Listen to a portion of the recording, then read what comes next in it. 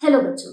आज का जो टॉपिक है वो है डबल सर्कुलेशन, जो तुम सब लोगों ने बायोलॉजी में कभी ना कभी सुना ही होगा, बराबर। अब ये जो टॉपिक है ना, ये बड़ा ही इंटरेस्टिंग और बड़ा ही इंपॉर्टेंट टॉपिक है। ठीक है, इसको फटाफट अच्छे से समझ के लेते हैं। अब डबल का मीनिंग होता है ट्वाइस। ठीक है, सर्कुलेशन का मीनिंग होता है फ्लो।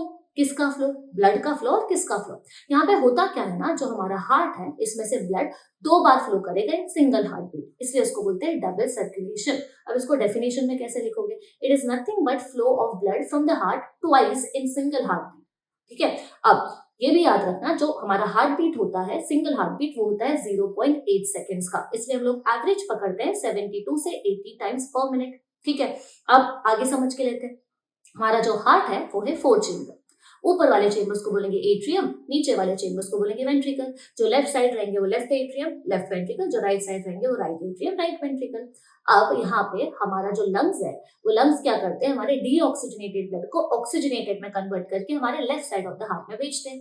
तो जब ब्लड आ रहा है from lungs to the left side of the heart, इस सर्कुलेशन को अपन बोलेंगे पल्मोनरी सर्कुलेशन, क्योंकि पल्मोनरी का मीनिंग होता है लंग्स। तो लंग्स से जब आएगा हार्ट में तो बोल दिया पल्मोनरी सर्कुलेशन। दूसरी बार क्या होता है ना, दूसरी बार जो हमारा ब्लड है वो डीऑक्सीजनेटेड ब्लड जाता है right side of the heart में। अब बॉडी से जा रहा है right side of the heart में, इसलिए उसको बोलेंगे सिस्टमिक सर्कुलेशन। ठीक है, एक हुआ पल्मोनरी सर्कुलेशन, एक हुआ सिस्टमिक सर्कुलेशन। तो हार्ट में जो ब्लड आ रहा है, हार्ट से जो ब्लड फ्लो हो रहा है, वो 2 बार हो रहा है एक सिंगल हार्ट बीट में, इसलिए उसको बोलेंगे डबल सर्कुलेशन। That's all.